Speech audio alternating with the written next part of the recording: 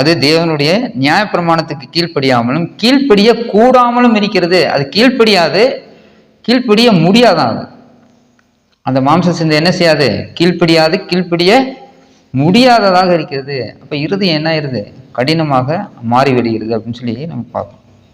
அப்போது தேவனுடைய பிள்ளைகள் என்ன செய்யணும்? நான் ஏற்கனவே அந்த காணொலியில் சொல்லியிருந்தேன், வேத வாக்கியங்களை நன்றாக ஆராய்ந்து பார்க்க வேண்டும். இன்றைய சபையின் தேவை மார்ட்டின் லூத்தர்கள் அப்படின்னு நான் சொல்லுவேன். ஏன் அப்படின்னா, ஒரே ஒரு மார்ட்டின் லூத்தர் என்ன பண்ணாரு? போப்பு மார்க்கத்திற்கு எதிராக எழும்பி அவர்களுடைய 95 தவறுகளை என்ன செஞ்சாரு? சபையினுடைய கதவுல எழுதி போட்டார், தைரியமாக, பரிசுத்த ஆவியினுடைய துணையோடு கூட. அப்போ இன்னைக்கு நம்ம என்ன செய்யறோம்? சபை போதகர்கள் அவர்கள் சொல்றதை நம்ம அப்படியே கேட்குறோம். கொஞ்சம் யோசிச்சு பாருங்க. அப்போஸ்தலர் புஸ்தகத்தில் நீங்க வாசிக்கலாம், அந்த பெரையா தேசத்து பட்டணத்து மக்கள் என்ன பண்ணாங்களாம்? காரியம் இப்படி இருக்கிறதா என்று சொல்லி தினந்தோறும் வேத வாக்கியங்களை ஆராய்ந்து பார்த்தார்கள் அப்படின்னு சொல்லி நீங்க வாசிக்கலாம். அப்போ ஒரு காரியத்தை நம்ம கேட்கிறோம், அது வேதத்தின் அடிப்படையில் இருக்கிறதா? அது சத்தியமாகத்தான் இருக்கிறதா? அது இயேசு சொல்லியிருக்கிறாரா? அது பைபிள்ல இருக்குதா அப்படின்னு சொல்லி நம்ம என்ன செய்யணும்? நாம் ஆராய்ந்து பார்க்கணும். அப்போ ஆராய்ந்து பார்க்கலைன்னா நம்ம என்ன செய்வோம்? நாம் அசத்தியத்தில் இருப்போம், பொய்யில் இருப்போம். அப்புறம் நம்ம எப்படி நித்திய ஜீவனை சுதந்திரிக்க முடியும்? மார்ட்டின் லூத்தர் தான் சொன்னாரு, வேதாகமம் மட்டுமே ஒரு மனிதனுடைய போதகத்திற்கு அளவுகோலாக இருக்கிறது. யார் பேசினாலும் சரி. இன்னைக்கு ஒரு வஞ்சகம் வளம் வந்துகிட்டு இருக்கு. என்ன அப்படின்னு சொன்னா, கத்தோலிக்கர்கள் போப்பு மார்க்கம் என்ன செஞ்சது? வேதாகமம் யார் கைக்கும் கிடைக்காம தடை செய்தது. ஒரே ஒரு வேதாகமம் இருக்கும், அது சபையில இருக்கும், அது சங்கிலியால் கட்டப்பட்டிருக்கும். நீங்க பைபிள் எந்த ஒரு வீட்லையும் பைபிள் என்ன செய்யாது? இருக்காது. அப்ப அந்த காலகட்டத்தில் மக்களுக்கு கொடுக்கப்படவில்லை. ஏன்னா வேதாகமம் படித்தால் அவர்கள் என்ன செய்வார்கள்? சத்தியத்தை தெரிந்து கொள்வார்கள்.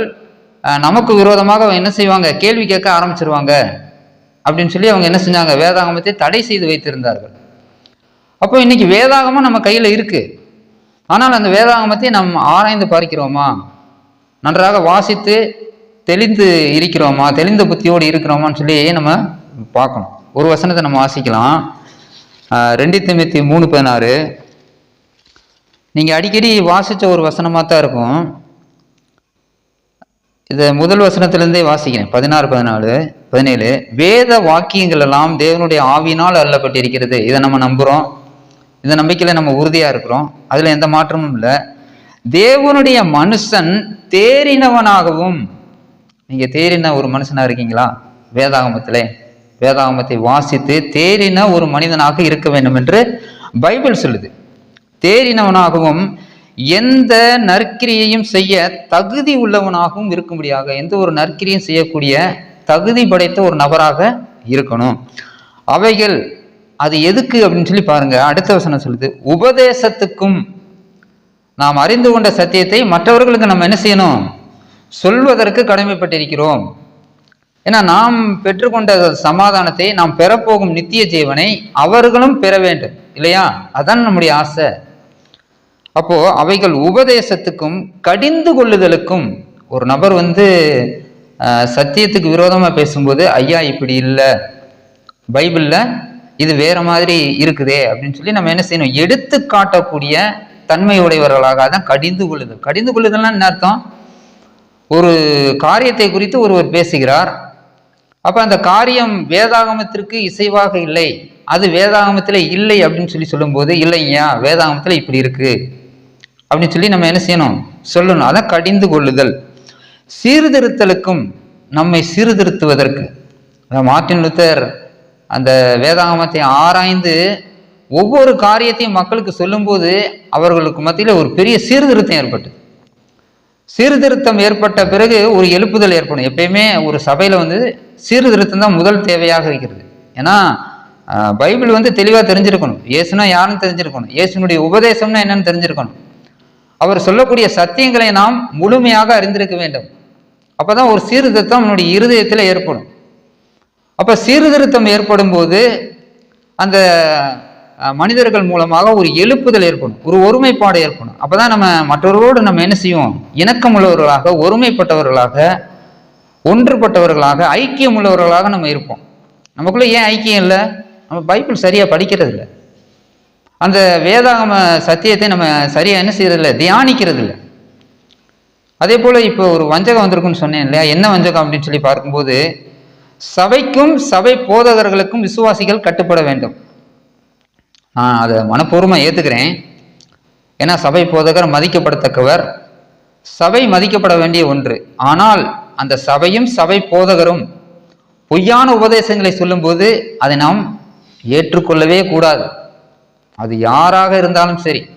அதைத்தான் மார்ட்டின் லூத்தர் சொன்னார். மார்ட்டின் லூத்தரை கொண்டு போய் விசாரிக்கிறாங்க. நீங்கள் என்ன செய்யுங்க, மன்னிப்பு கேளுங்க அப்படின்னு சொல்லும்போது அவர் சொல்றாரு, நான் பேசியதில் தவறு இருக்குமே ஆனால்,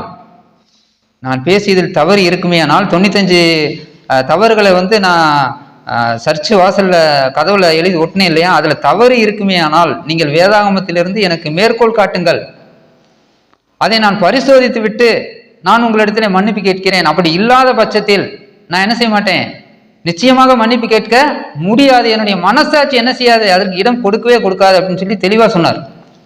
அதான் நான் சொன்னேன், இன்றைய சபையின் தேவை மார்ட்டின் லூத்தர்கள். அன்பான கிறிஸ்தவ விசுவாசிகளே, சகோதர சகோதரிகளே, பெரியோர்களே, சிறியோர்களே, நீங்க எல்லாரும் என்ன செய்யணும், மார்ட்டின் லூத்தரை போல வேதாகமத்தை ஆராய்ந்து ஒரு சீர்திருத்தவாதியாக எழும்ப வேண்டும் என்பதே என்னுடைய விருப்பமாக இருக்கிறது. ஏதோ 10ஓடு 1ஆக 11ஆக நம்ம என்ன செஞ்சிடக்கூடாது, சபைக்கு வந்தோம் போனோம் அப்படின்னு இருக்கக்கூடாது. ஒரு போதகர் விசுவாசியை அது இதுன்னு பேசியிருக்கிறார். சபை ஊழியக்காரர்கள் அவன் இவன்னு பேசியிருக்கிறார். எனக்கு மிகுந்த மன வருத்தம். நம்மளாம் கிறிஸ்தவ பண்பை வெளிப்படுத்த வேண்டும். விசுவாசிகளை நம்ம மதிக்கணும் இல்லையா? என்னுடைய சகோதரன் இல்லையா? அப்ப அந்த சகோதர சகோதரிகள், அந்த ஊழியக்காரர்கள் கிறிஸ்துவனுடைய இரத்தத்தினால் விலை கிரயம் செலுத்தப்பட்டவர்கள், விலைக்கு வாங்கப்பட்டவர்கள் இல்லையா? தேவனுடைய பார்வையில் அவர்கள் மதிக்கப்பட வேண்டியவர்கள் இல்லையா? அப்போ அவர்களை அது இதுன்னு சொல்றது, அவன் இவன் சொல்றது, இதெல்லாம் தவறான ஒரு காரியம். விசுவாசிகள் மௌனமாக இருக்கும்போது சபையில் இருக்கக்கூடிய போதகர்கள் என்ன வேணாலும் பேசுவாங்க இல்லையா? அப்ப நீங்க கேள்வி கேட்கும்போது அவங்க என்ன செய்ய முடியாது, பேச முடியாது. நீங்க வாய் வார்த்தையை கொண்டு என்ன செய்யக்கூடாது, பேசக்கூடாது. வேதாகமத்திலிருந்து வசனத்தை மேற்கோள் காட்டுங்கள், சத்தியத்தை மேற்கோள் காட்டுங்கள். சத்தியம் இப்படி இருக்கிறதே, வேதாகமம் இப்படி சொல்லுகிறதே, நீங்க இப்படி சொல்றீங்களேன்னு கேள்வி கேளுங்க. அப்பொழுது அவர்கள் என்ன செய்வார்கள், ஒன்று மனமாற்றம் அடைவார்கள், அல்லது உங்களை என்ன செய்வாங்க, சபையை விட்டு வெளியே அனுப்புவாங்க. சத்தியத்திற்காக நம்ம என்ன செய்யணும், நிற்கணும். அதான் இயேசு சொன்னாரு, சத்தியத்தை அறிவீர்கள், சத்தியம் உங்களை விடுதலையாக்கும் அப்படின்னு சொல்லிட்டு. இன்னும் அநேக காரியங்களை குறித்து நம்ம என்ன செய்யலாம், பேசலாம். அடுத்த காணொலியில் கர்த்தருக்கு சித்தமானால் இன்னும் அநேக காரியங்களை குறித்து நம்ம என்ன செய்யலாம், பேசலாம். சத்தியத்தை அறிவீர்கள்.